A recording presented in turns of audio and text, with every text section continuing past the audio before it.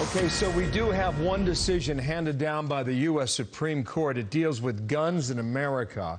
It's a 6-3 ruling, but we have not seen the opinion yet, Dana. At issue here was New York State Rifle and Pistol versus Bruin. It's the biggest gun control case the court has had in 14 years. At issue, 2 gun owners in New York had their applications denied based on a failure to show what is considered a proper cause. In states like New York, to carry a concealed weapon outside of the home, you need special permission to do that, and these men were arguing that's a violation of Second Amendment rights. So the court holds, here we go now, the court holds that New York's proper cause requirement to obtain a concealed carry license violates the Constitution. Yep. By preventing law-abiding citizens with ordinary self-defense needs from exercising their Second Amendment right to keep and bear arms in public for self-defense. That's the ruling 6-3. It'll affect states like New York and about 7 others that had similar restrictive rules. This is a significant, big case. And I know we have Jonathan Turley, and I believe we have Shannon Bream with us. So we'll get them here in just a moment. Just let me set up one thing, and then we also have Andy McCarthy. This is really good. So it's 6-3.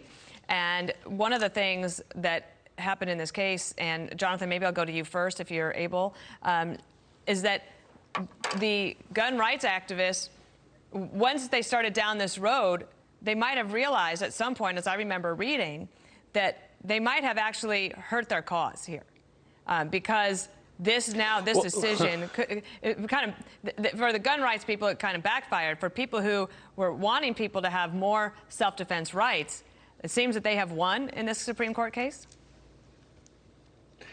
They have won, and it is an interesting point that you make. New York has been the gift that keeps on giving for gun rights advocates. They, like D.C. and Chicago, have lost major cases before the Supreme Court. This was a case that many of us rode on when it was in the lower courts.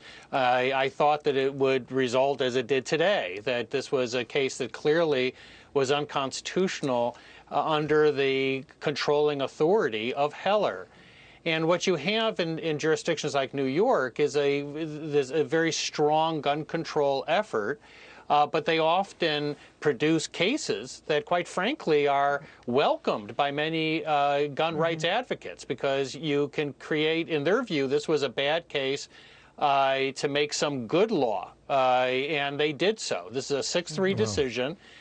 You have Justice Thomas looking at the history of the Second Amendment, looking at the holding in Heller, and saying that the answer is clear, that you cannot impose this burden on gun owners to be able to carry a concealed weapon. Jonathan, stand by here. I know you and Andy McCarthy and Shannon Bream are reading through this, through the opinion right now. And Shannon, I want to go to you, but just to put a headline here, in a major ruling for gun rights, the Supreme Court has sided with these 2 gun owners in New York, saying that they're striking down, rather, the restrictive gun law in New York State. Shannon, to you, what do you read?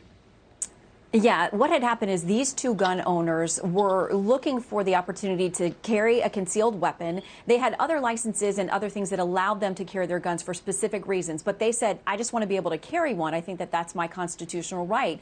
But in New York, you had to have a special showing. You had to have a reason to say that you had a justification for carrying a gun in a concealed way. Well, they said there shouldn't be those restrictions. If I'm a law-abiding citizen, I should be able to carry. So in striking down that New York law and essentially sending this case back down, here is what Justice Thomas, writing for the majority 6-3, says. He says the constitutional right to bear arms in public for self-defense is, quote, not a second-class right subject to an entirely different body of rules than the other Bill of Rights guarantees. And he's used this language before, talking about the fact that he thought that the Second Amendment was in some cases being treated as a second-class right. He goes on to say, we know of no other constitutional right that an individual may exercise only, excuse me, my computer here, only after demonstrating to government officials some special need. That is not how the First Amendment works when it comes to unpopular speech or the free exercise of religion. It is not how the Sixth Amendment works when it comes to a defendant's right to confront the witnesses against him. And it is not how the Second Amendment works when it comes to public carry for self-defense. So he says New York's proper cause requirement, or that this special showing that you have to carry a gun, violates the 14th Amendment in that it prevents law-abiding citizens with ordinary self-defense needs from exercising their right to keep and bear arms. The dissent is written by Justice Breyer. Of course, he is just days away from retirement. He's joined by Justices Kagan and Sotomayor. Haven't read his dissent yet. It's about 135 pages long, but we're getting there. That's the headline ruling. Bill, a big win for gun rights advocates. Just picking one line out here, Shannon, from Justice Thomas. The government will have to show, he says, that a gun regulation is, quote, consistent with this nation's historical tradition of firearm regulation, which goes right to the Second Amendment. To Andy McCarthy now, and your reaction, Andy. Well, I think this is a faithful rendition of what the Second Amendment is, which is really the most misunderstood amendment in our public discourse, I think, Bill. You know, the Second Amendment is not a right to bear arms so much as it is an acknowledgement that there is a pre-existing right to bear arms that existed and was derived from natural rights at the time the Constitution was ratified. So it's not a positive grant of a right. It's an acknowledgement of a right that already existed, and it's a prohibition on government from regulating that right. So if you're within the ambit of the right to keep and bear arms as it was understood, the idea is not the government's doing you a favor and allowing you to defend yourself.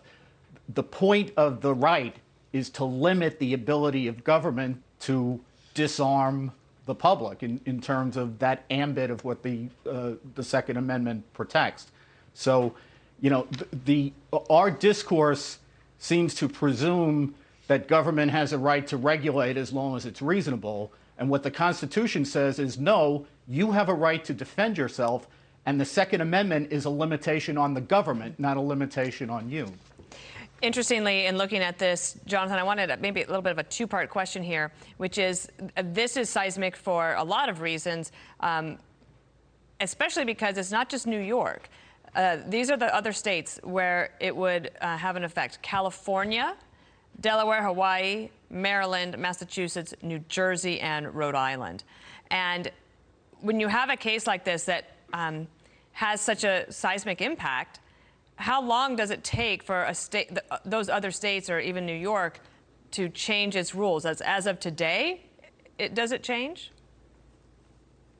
Oh, those are presumptively unconstitutional, and they should be changed. But the question is, they really can't be enforced to the degree that they contradict this decision.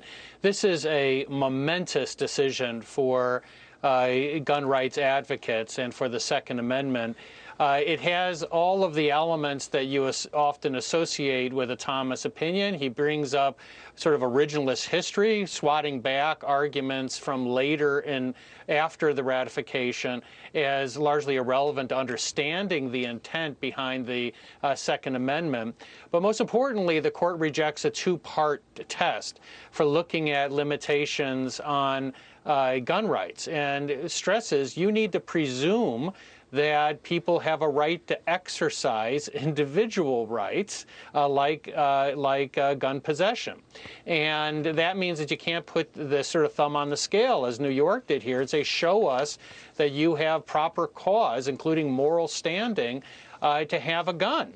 And what the court really hammers at is that this would not be tolerated with other rights in the Bill of Rights. And there is a tendency among some judges and many legal analysts to treat the Second Amendment as something less than an individual right. And what Justice Thomas is saying here is that this is an individual right with the other rights in the Bill of Rights. And we don't like shifting the burden to people to say, prove you need to use this right. Back to Shannon and Andy on this. I mentioned this first case regarding guns of significance before the court in 14 years. And Shannon, in 2008, they ruled that the Second Amendment guaranteed individuals the right to have a gun at home for self-defense. And now this ruling essentially addresses whether the individual can carry the gun outside the home. And Shannon, after living in New York for the past 20 years, I can tell you, for those, whether they support or against the Second Amendment, living in New York, if you wanted to get a gun, it wasn't impossible, but it was pretty close to it. Yeah, exactly. And that's been the issue, that these two gun owners who decided to push forward with this case said, you know, there are those who are, whether they're lawmakers or celebrities or sports stars, whatever they are, those folks are usually either have their own security or they're able to get this particular concealed carry license that they need so they can protect themselves. And part of the argument was, why should everyday American citizens not have the same right to protect themselves if this is about self-defense and wanting to conceal carry? New York did permit other licensing that would allow you to transport guns for hunting and gun clubs and those kinds of things. But when these two, and I believe one of them is actually a gun instructor, came forward and said, listen, we are responsible, law-abiding people who know how to handle guns safely. We have great respect for them. Why should we then be disadvantaged in that we can't carry a gun for our own protection? So that was definitely a big part of the argument. In looking at the dissent, it goes exactly where you think it would. It begins with statistics about shootings and deaths by gun in America and where that takes us. But that seems to be the majority, wholly apart from where they're going in the majority opinion. As I said, Justice Thomas has said in the past that he thought that the Second Amendment was being treated as a second-class right. And for a long time, the court has not taken a gun case, and there has been a lot of pressure. A number of gun cases have bubbled up. And even in not taking the cases, Justice Thomas and others have said the fact that we won't even address these, we're not treating this right like we do other constitutional rights. And it's time for us to take one of these cases and make one of these decisions. So here we are, 6-3, a very big decision. And it comes at a time when this country is really grappling with the debate, with horrific incidents in Buffalo, in Uvalde, and now a gun bill that is sitting there in the Senate and could get a vote today. I was just thinking about that vote today. That could happen at any moment. In fact, Schumer, the Senate majority leader, does plan to call it up, and there would be about 30 hours of debate. It could actually be voted on finally tomorrow. Andy, one thing I've noted here is that in the dissent, Justice Breyer refers to Uvalde and Buffalo, and apparently, I know you haven't had a chance to read 135 pages in the last 3 minutes, but Justice Alito has a retort regarding Buffalo because, and I'm assuming what that has to do with is the responsible gun owners who can legally carry a firearm. That's what this case, this specific Supreme Court case, is about.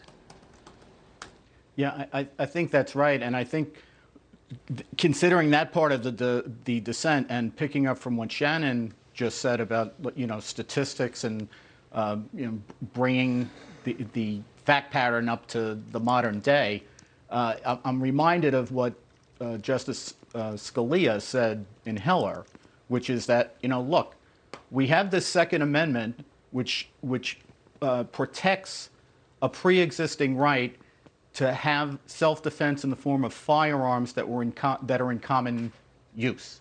Now, we could amend the Second Amendment. We could change it so that it would allow firearms that are even beyond what's in common use, or we could amend it and take it out of the Constitution.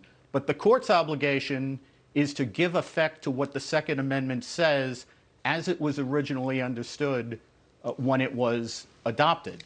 So all this stuff about modern circumstances and statistics, and what I think the court is saying is fine, amend the Constitution if you're not happy with the Second Amendment, but our job is to give effect to what the Second Amendment says as it was understood when it was adopted. Okay, thanks to all three of you for the quick reaction there. Just reading one more thing here, Dan, I think is relevant from Justice Thomas's decision. Nothing in the Second Amendment distinguishes between home and public with respect to the right to keep and bear arms, which was the question that was before the court. Interesting, Chief Justice Roberts voted with the majority at 6-3, and also apparently it's Justice Thomas's birthday today. Hi, everyone. I'm Brian Kilmeade. I want you to do me a favor. I want you to click to subscribe to the Fox News YouTube page. This is the only way that I know for sure that you're not going to miss any great commentary, any great news bites, any great interviews coming your way on Fox. You can get it all here on YouTube. So subscribe right now.